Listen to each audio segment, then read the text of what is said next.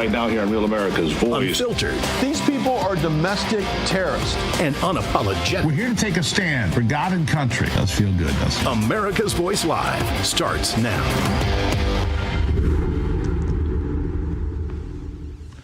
Welcome to America's Voice Live. I'm Steve Gruber. Today is Wednesday, the 21st of May.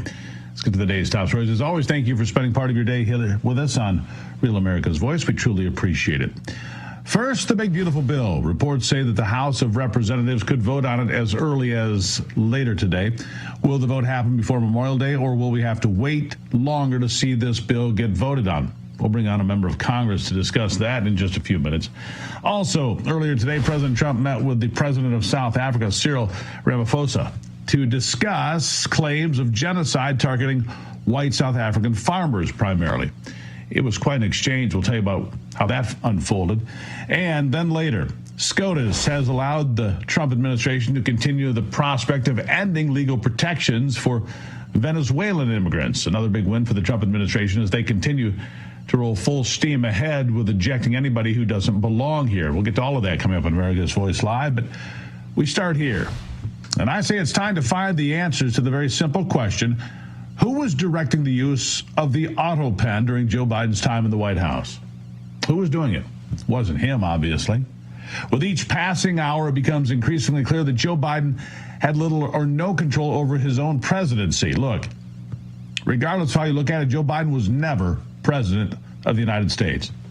The revelations that he has been battling progressive prostate cancer for years, just the latest news that undermines any faith in his time in office or any faith at all in the people around him who were calling the shots. And those were the people, it's becoming quite clear, who were using Biden and the auto pen as a vessel to push the radical agenda. By the way, making it appear Biden was in control when he clearly was not in control of anything, certainly not his own presidency. What has become evident is that Biden was likely being treated for cancer as well, and I arrive at that conclusion because the side effects of such treatments are exactly what we've been seeing for years in Joe Biden's behavior, at least in part. Yesterday, right here on America's Voice Live, a prominent oncologist and public health expert, Stephen Quay, joined me from Taiwan to explain what I had been learning. It was more shocking than I expected. Here's what he said.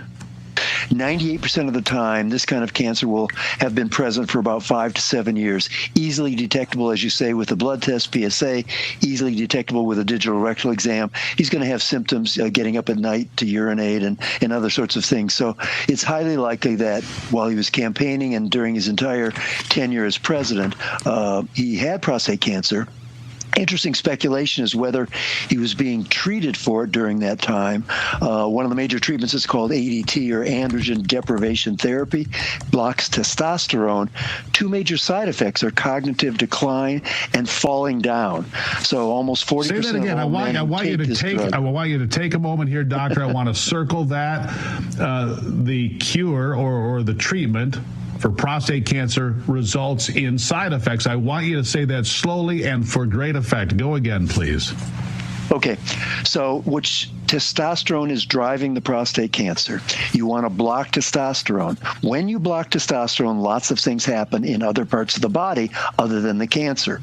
One of them is you lose muscle mass, you lose ability, you become more frail. 40% of the men who will take it for a year will fall down because they're no longer able to just walk in normally. Second is it has cognitive effects because testosterone, is a hormone that affects the brain, and so you will have cognitive decline in a highly statistically significant fashion. So part of my speculation is that maybe we were seeing side effects of prostate cancer treatment during this last presidency. So again, here's the truth. Joe Biden was nearly certainly suffering from prostate cancer prior to Election Day 2020. He and his team lied to the American people to continue in the campaign and into the White House. Now, it's not clear when he may have learned he had the disease, but he openly admitted in 2022 when he declared his diagnosis while discussing pollution in Delaware. Let me remind you again. Here he is. And because it was a 4-lane highway that was accessible, my mother drove us, and rather than us be able to walk. And guess what? The first frost, you know what was happening? you had to put on your windshield wipers to get literally the oil slick off the window. That's why I and so damn many other people I grew up have cancer, and why can't for the longest time Delaware had the highest cancer rate in the nation. I mean, the proof of the deceit of the cover-up is, at this point, overwhelming. And now with Jake Tapper peddling his book, Original Sin, about the decline of Joe Biden in office, when it comes to his mental ability, it seems pretty clear that the cancer treatments were driving him further down, and it was happening quickly. Now, make no mistake, Jake Tapper was as guilty and dishonest as anyone when it came to reporting on the 46th president, except for maybe people like Chuck Todd, but I digress. I mean, this guy Tapper went to bat to protect Biden over and over again. And in one infamous exchange, attacked Lara Trump for allegedly picking on Joe Biden for having a stutter. It was embarrassing. Here it is. How do you think it makes little kids with stutters feel when they see you make a comment like that? First and foremost, I had no idea that Joe Biden ever suffered from a stutter. I think what we see on stage with Joe Biden, Jake, is very clearly a cognitive decline. Okay. That's what I'm referring to. It makes me uncomfortable You are to watch somebody on stage search for so amazing. It's so amazing to me that try and figure out an answer. A cognitive decline. Well, when you're trying to tell me that what I was suggesting was I think that you were mocking his stutter. Yeah, I think you were mocking his stutter, and I think you have absolutely no standing to diagnose somebody's cognitive decline. I would think that somebody in the Trump family would be more sensitive to people who do not have medical licenses diagnosing politicians from afar. Plenty of people have diagnosed your father from afar, and I'm sure it offends you. Your father-in-law from afar. I'm sure it offends you. You don't have any standing to say. I'm not diagnosing him. What I'm saying, Jake, you just talked about a cognitive decline.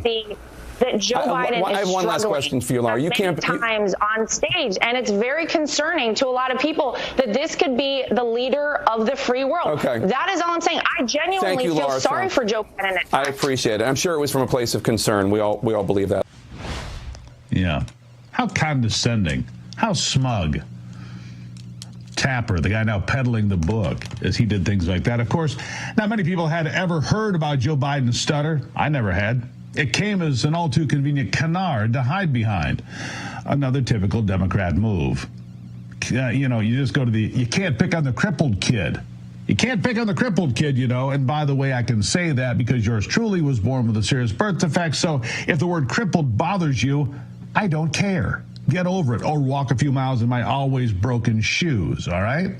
Of course, now that his book, Original Sin, is available for just $32, Tapper is reticent and thinks his comments were wrong. Tapper now says he was wrong, only about 5 years too late. Here's an example.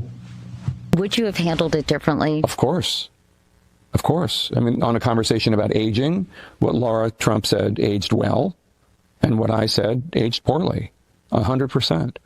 Now, she obviously saw the non-functioning Biden in a way that I had not really seen at that point. She was right, I was wrong, 100%. Yeah. You know who else was wrong? Katie Couric, the one conducting that interview. But you know who wasn't wrong? Me. And other people with courage like me who were willing to speak up and say, look, I can see the guy. He's falling off stationary bicycles, falling up the stairs of Air Force One, shuffling around just to get to Marine One. Joe Biden was a mess. We saw it. Everybody saw it. Hell, they saw it. I read a lot, too, and I have to give credit to this program and a caller that I had early last year who explained that not just this issue with cancer that we now know about, he thought that Joe Biden was likely suffering from a form of Parkinson's disease, just like he has, the same kind that had killed his own mother. He understood what he was seeing every time Joe Biden shuffled out or fell in public. He knew that was at least part of the explanation. Now we have the full picture. Everyone could see it. We talked about it for 5 years. We did. They didn't. Over at Chicken Noodle News and MSNBC and the New York Times, they didn't talk about it. It was impossible to miss. And by 2023, when Robert Hur tried to ask him about the classified documents he had taken and kept illegally, he could no longer remember anything important. So here's my new prediction, that it will be revealed soon that Joe Biden was suffering not only from a form of Parkinson's disease, but also the side effects of testosterone blockers. a 1-2 punch to his mental abilities. And the real criminals here, not Joe Biden. I'm not going after Joe Biden. I wouldn't wish what he's going through on anyone. The real criminals here are those that kept telling us he was fine, sharp as a tack, and on and on and on. They were all lying through their teeth. They were protecting their power, and their insider cred. They loved the power and they loved the money and the control, so they just kept on lying.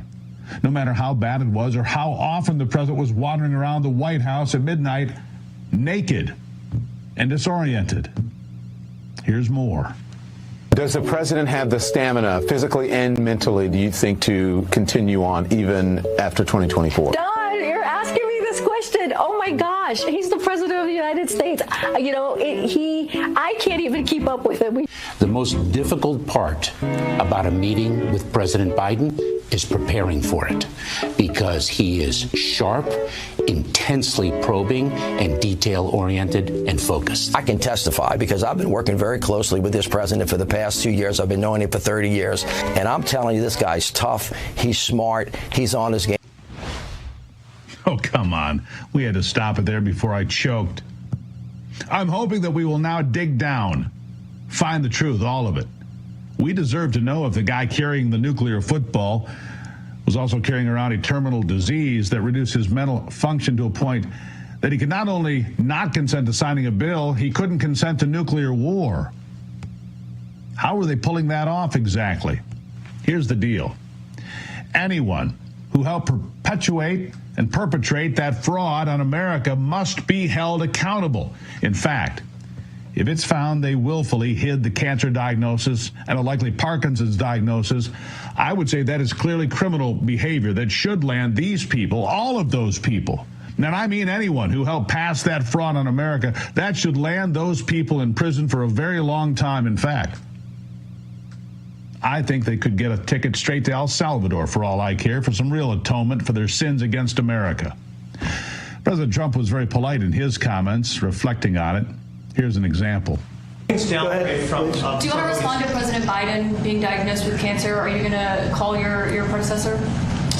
I think it's very sad, actually. I'm surprised that it wasn't, the public wasn't notified a long time ago, because to get to stage 9, that's a long time. I just had my physical. You saw that. You saw the results of that particular test. I think that test is standard to pretty much anybody getting a physical, good physical. We had the doctors at the White House and over at Walter Reed, which is a fantastic hospital, do it. I did a very complete physical, including cognitive tests. I'm proud to announce I aced it. Got them all. I got them all right. You proud of me? Yes. Your husband would be proud of me for getting them all right. It's a little risk. If I didn't get them all right, these people would be after me. It would be not a good situation. But I think, frankly, anybody running for president should take a cognitive test. Heck, maybe we should check all members of Congress while we're at it. I mean, they're running an old folks home there on Capitol Hill.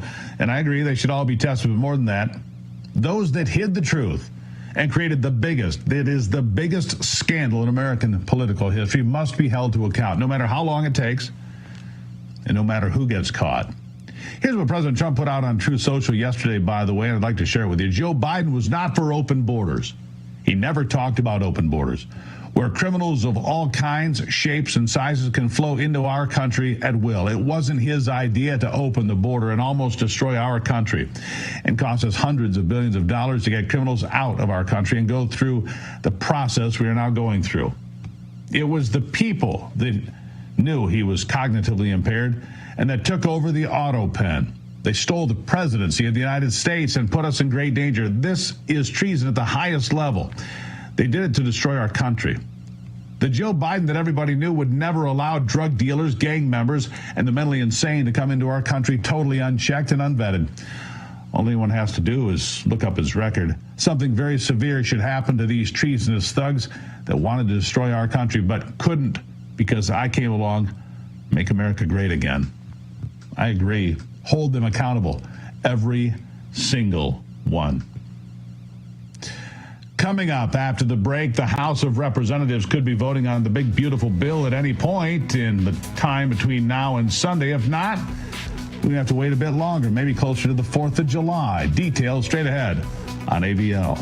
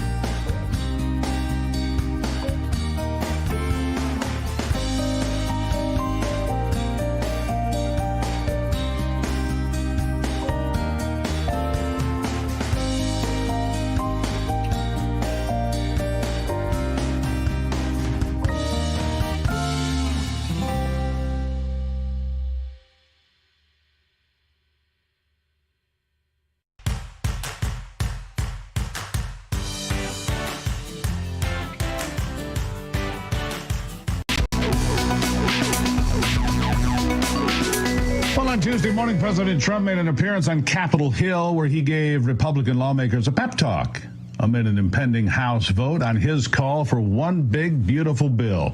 President Trump also addressed the media and noted how important this bill is for the country. Listen to this. It's very important. It's important for the country. It's not important for me. It's important for the country. This is the greatest bill that will ever, I think it's the most important bill this country just about has ever done in terms of size and scope. That's why we call it the great, big, beautiful deal. I mean, it really is. The bill is, I think it's going to be one of the most important. It's the biggest tax reduction in history. And we're told a vote could come as early as, the next couple of days. Now, that may still be a little bit optimistic, but when things are ready, the House could vote at any time of the day or night between now and Sunday. Here with me to discuss this is Congresswoman Beth Van Duyne of Texas. Congresswoman, nice to see you. Thank you for being here today. To Thank you. Thank you for having me on. Thank you. Give us some inside baseball. What do you know right now? What's the latest? How close are we? Well, I'll tell you, I was there yesterday morning with the president, and he was very clear. Get this done.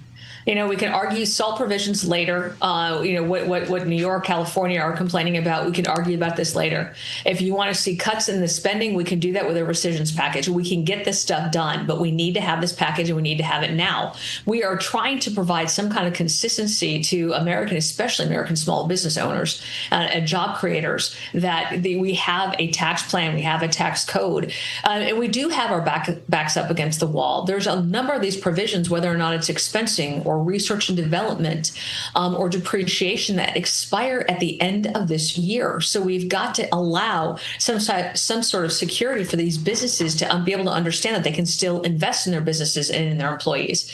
This has got some of the largest tax cuts in our nation's history, as the president mentioned. It also has some of the best strategy for our economic growth moving forward. And that's exactly what we need right now. Whether or not it's looking at the tax cuts or ending some of the ridiculous regulatory measures and punitive measures of the last administration. We are trying to help working families. We are trying to help American taxpayers get as much money back in their pockets as possible, recognizing the fact that the involvement of the federal government, especially overregulation, is strangling them.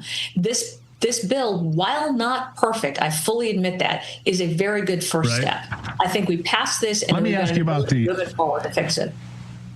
I want to touch on something you mentioned there, the rescission package, because this is important because Senator Ron Johnson was on this program with me a couple of days ago, and he said, look, there's nobody that's more pro-Donald Trump than the senator from Wisconsin. And he said at this point in the Senate, he's a no on this bill because he said, look, it adds $2 trillion annually to our debt.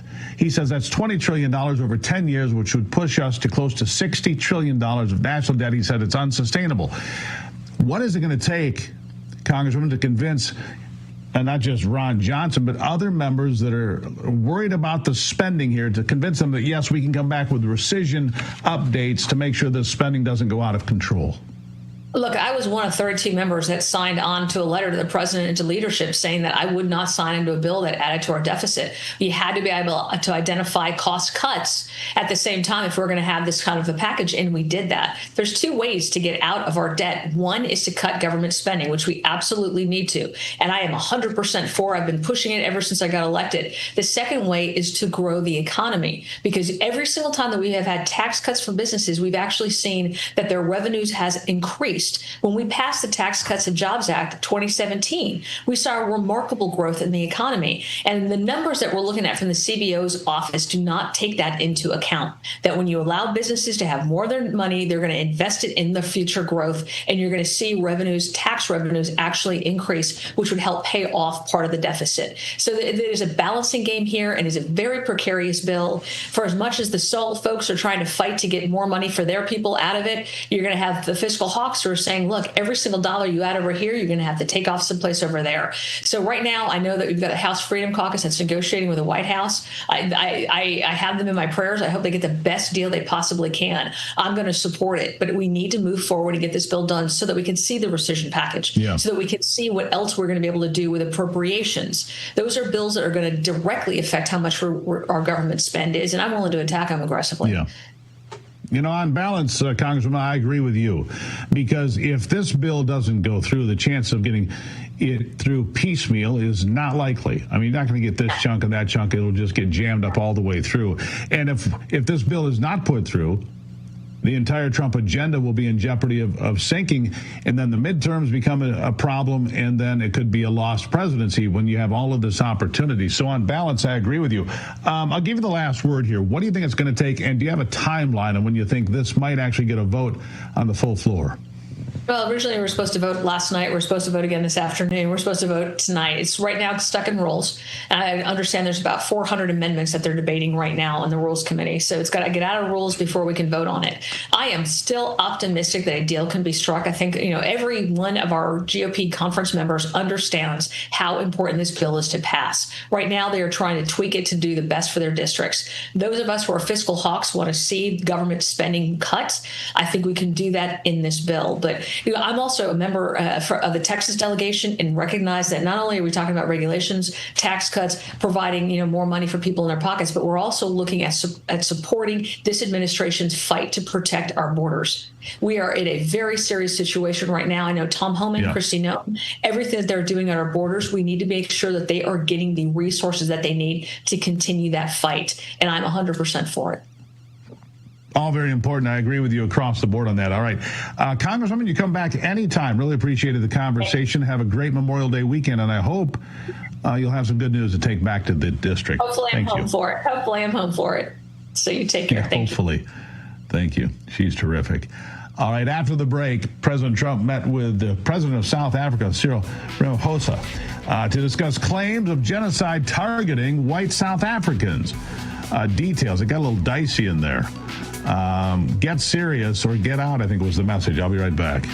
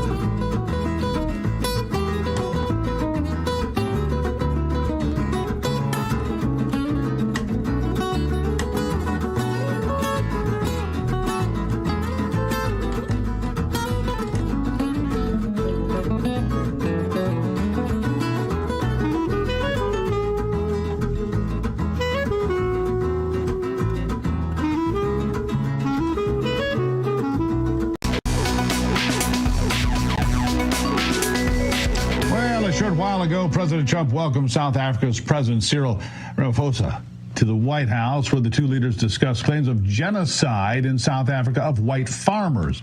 President Trump showed a video claiming genocide towards those white South Africans known as Afrikaners. Take a look at what President Trump had to say after showing that video. What would you like President Ramaphosa to do about the situation that we've just seen on the screen? I don't know. Look, these are articles over the last few days. Death of people. Death. Horrible death. Death. I don't know. But you know that to pick anyone, white South Africans are fleeing because of the violence and racist laws. And this is all, I mean, I'll give these to you. So when you say, what would I like to do? I don't know what to do. Look at this. White South African couple say that they were attacked violently. President Trump, when will you go and see for yourself if it is? Well, I could do that. Look, here's burial sites all over the place. These are all white farmers that are being buried. Now, you may remember the United States granted dozens of white Afrikaner South Africans refugee status and took them in earlier this month amid reports that their lives were in danger. The South African president addressed these concerns with President Trump, saying that these were issues he wanted to speak to him about. He says he wanted to set the record straight. Listen. Those are all racist. Those are all deaths. Yeah, in many ways, I mean, one should say you are a partner of South Africa, and you are raising concerns, and these are concerns that we are willing to talk to you about. Let me just add quickly, you know, the criminality that we are experiencing in our country needs quite a lot of technological capability. And in one of our areas in South Africa, we're using US technology, which is able to, in many ways, identify where shootings are happening and all that. And I'd like to talk about that because there is support that we can get from you as the United States to help us deal with all these acts of criminality. And that is what I believe partnership is all about. And we are here as a partner so that we can help each other whenever there are challenges. So I'd like us to discuss it, and of course outside of the media, so that we sit down and have a really good discussion that will lead to good outcomes. Now, in a nutshell, they're asking for technological assistance to combat these kinds of threats and violence. Well, we'll have to see what kind of deal President Trump and his team roll out. Until then, we'll keep you updated as the details continue to come in. It is a new day in America. There's a new administration in Washington now. A lot of excitement still and optimism about the future. But the reality is this. There's a lot of work to do, as you've heard already today, especially when it comes to fixing our broken healthcare system, something that we don't talk enough about. The truth is, the forces that are responsible for breaking our healthcare system aren't going to simply go away. The challenges our system faces won't disappear overnight. Now more than ever, you need to be prepared, and that's where the Wellness Company comes in. It's doctors or medical professionals that you can trust. Their line of prescription medical kits are the gold standard when it comes to keeping you safe and healthy, whether it's the medical emergency kit, the contagion kit, the first aid kit, or the travel kit. These prescription kits contain an assortment of life-saving medications and guidebooks to assist in the proper use of all the medications. From the flu to strep throat, COVID to the bird flu, a trip down the street, or a trip around the world, the Wellness Company has a prescription kit designed to keep you and your family safe. Make America healthy again. It starts at home, you know. Do your part. Protect the health of you and your family. Do what it takes. Go to twc.health/voice. twc.health/voice. Do that today and order. twc.health/voice. Use the promo code VOICE. You'll save 10%. Coming up after the break, the Supreme Court removes a Biden-era injunction that gave protected status to many illegal aliens. With this decision, the Trump administration can now remove illegals from the U.S. More details after the break.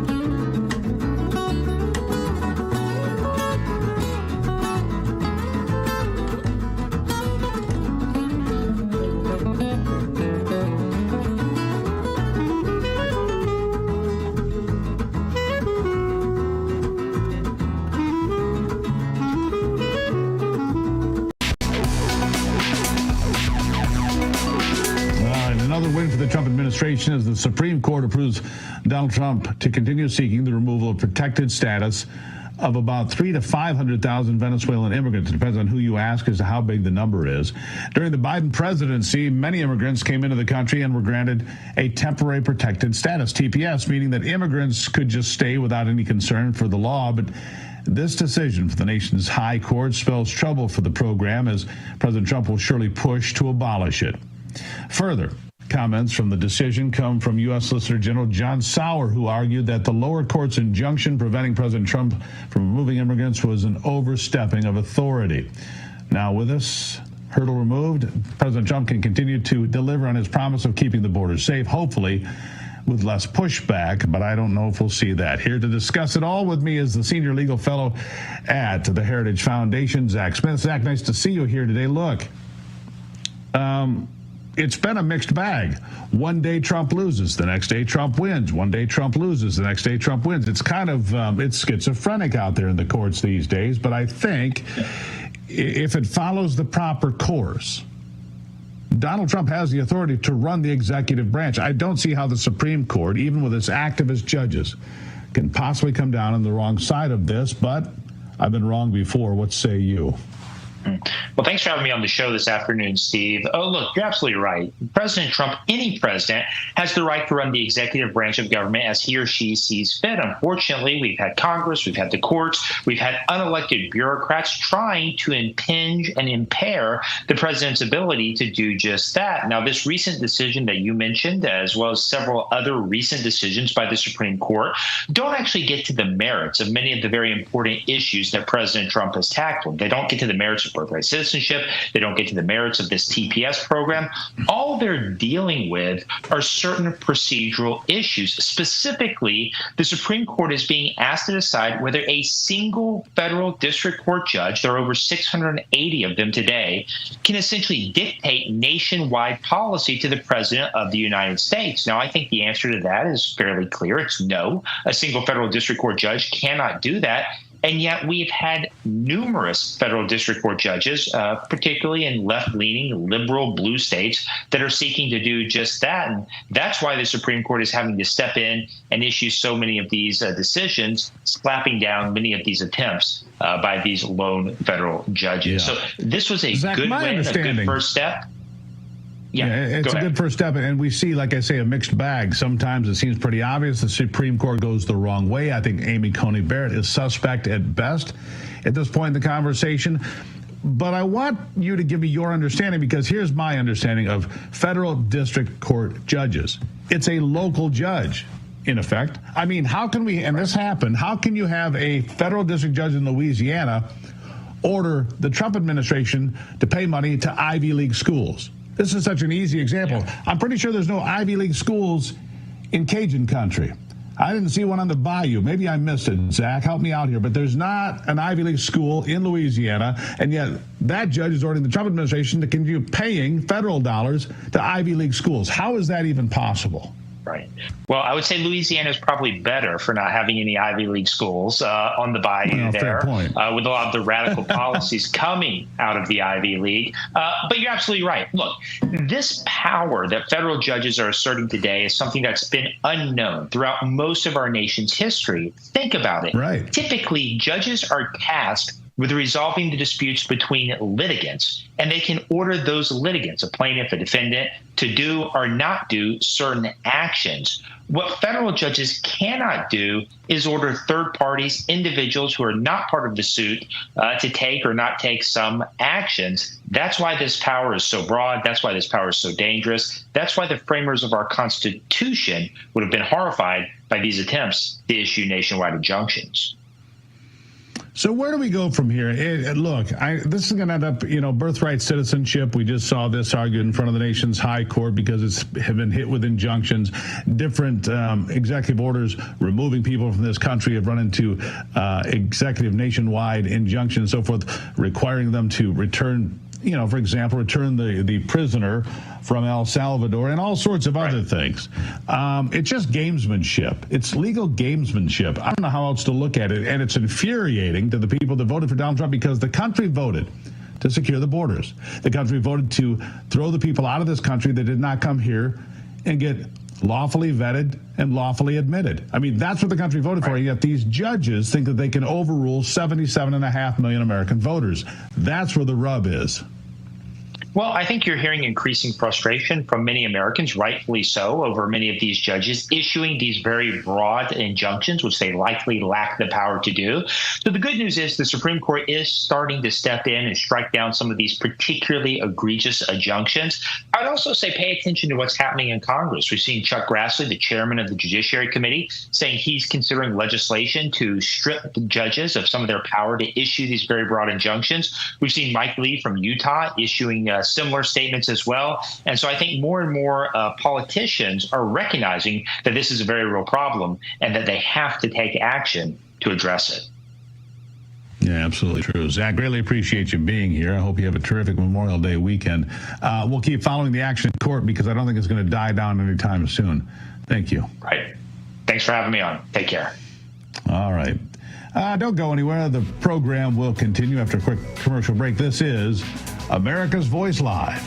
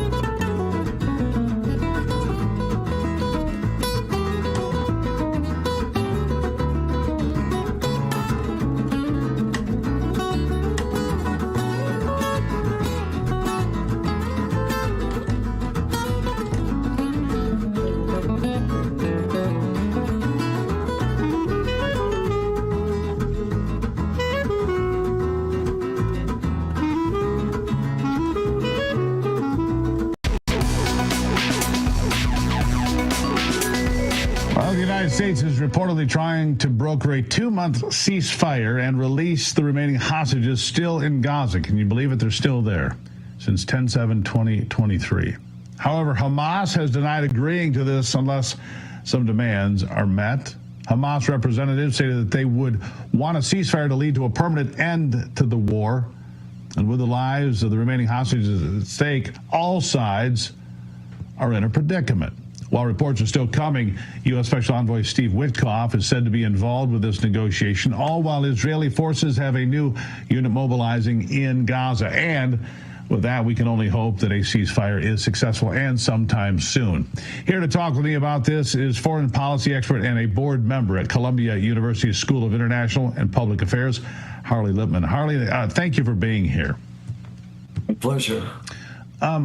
Bring me up to speed on where you think we are. The last American hostage, of course, came home here a number of days ago now, but there's still several hostages, believe, still held in Gaza. I don't know, however, if we know exactly how many of those hostages are still alive or what their situation may be. But bring us up to speed as to where you think we are right now.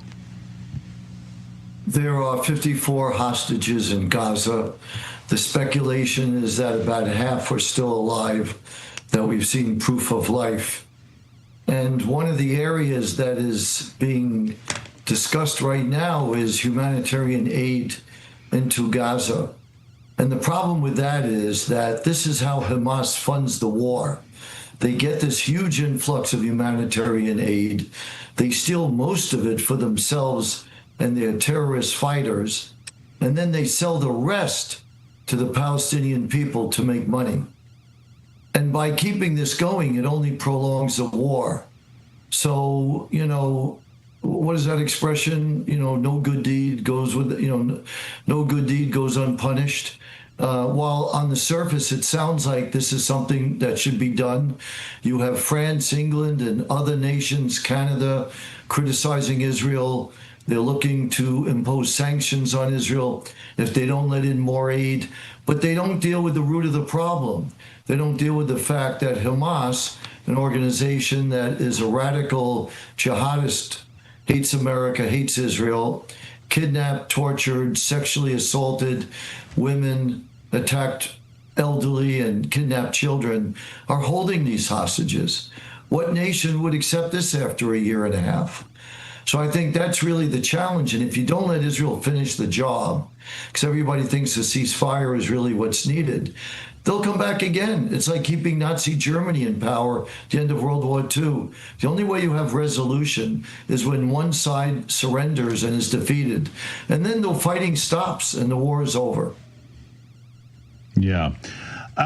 Here's another question for you. Donald Trump obviously just wrapping up his swing through Saudi Arabia, Qatar, and the UAE, discussing peace along the way, trying to find a way to expand the Abraham Accords and maybe change the conversation. He said he's wanting to look at the sanctions that are on Syria, have a conversation about Lebanon and everything else. And yet now we're being told that the Israelis are considering, I mean, I'm going to guess they always are, a strike on Iran to prevent them from getting nuclear weapons, right? And if that happens, would it undermine, is my question to you, would it undermine all the efforts being made by Donald Trump to bring peace to the Middle East by having different conversations? Great question. The whole issue is, will it bring peace? If you allow Iran to have any ability to enrich uranium, they could quickly accelerate that overnight to develop a nuclear bomb. That's what Obama did. He allowed Iran to enrich 3.6% of uranium. And by the way, if you allow Iran to do that today, that gives them 2/3 of the way there to developing a nuclear bomb. That's the key issue. So if the Trump administration is able to make a deal with Iran where you completely dismantle their nuclear infrastructure and make sure they can't enrich uranium, then you could have real peace, because other than that, it's not worth the paper it's written on. Iran is not going to honor this agreement. Ideologically, they're committed to destroy the people they hate, which is Israel and America. And they will do that. And it's naive to expect otherwise. So I just think we have to make sure that we, like we did in Libya with Gaddafi, we dismantle their nuclear infrastructure. Yeah. It's a complicated playing field in the Middle East, no question about that. I guess, do you feel optimistic? Because I feel I've been watching this continuous loop since I was born and started paying attention to news. There's war, and then there's peace, and there's war, and then there's peace. And that's why Donald Trump disrupting that cycle, or attempting to me, brings me a bit of optimism. Not a lot, but a little. I think that the fighting could continue, but at least we're trying a different path, at least for a short time. Does that give you some sense of optimism, or what are your real takeaways here, Harley? Gives me two feelings. One is, yes, a sense of optimism. I think it's wonderful that this president is thinking out of the box, is being innovative with his Gaza plan. You're absolutely right. We've been experiencing war in that region in our lifetimes from since we were children. And we've seen this go on and on. So there's a lot of frustration. And of course, this is a fresh new look. So I really hope President Trump is successful. But tragically, it's not up to him. You know, we're dealing with regimes that are ideologically committed to our destruction. And what I worry about is we're so eager for peace that we could allow ourselves to show bad judgment and get into agreements that are going to make things worse later. You know, you can't kick the can down the road. You have to stop them from enriching uranium, and that means dismantling their infrastructure. And I think that will bring peace as well as regime change in Iran. Think of the Iranian people. Over 90% of the Iranian people hate that regime. And if you look at all the conflict in the Middle East, it's not really complicated. It all comes back to Iran. Iran arms, guides, and supports the Houthi, Hezbollah in Lebanon. Completely. They supported Assad in Syria. Yeah, absolutely true. They are the ones creating the problems there. Greatly appreciate you being here, Harley. Thank you very much. Now, this July, there's a global summit of BRICS nations in Rio. The bloc of emerging superpowers, including China, Russia, India, and Iran, are meeting with the goal of displacing the U.S. dollar as the global currency. It's being called the Rio Reset. As BRICS nations push forward with their plans, global demand for our U.S. dollars will decrease, bringing down the value of the money in your savings. And while this won't transition overnight, it could prove pivotal when those BRICS nations move forward.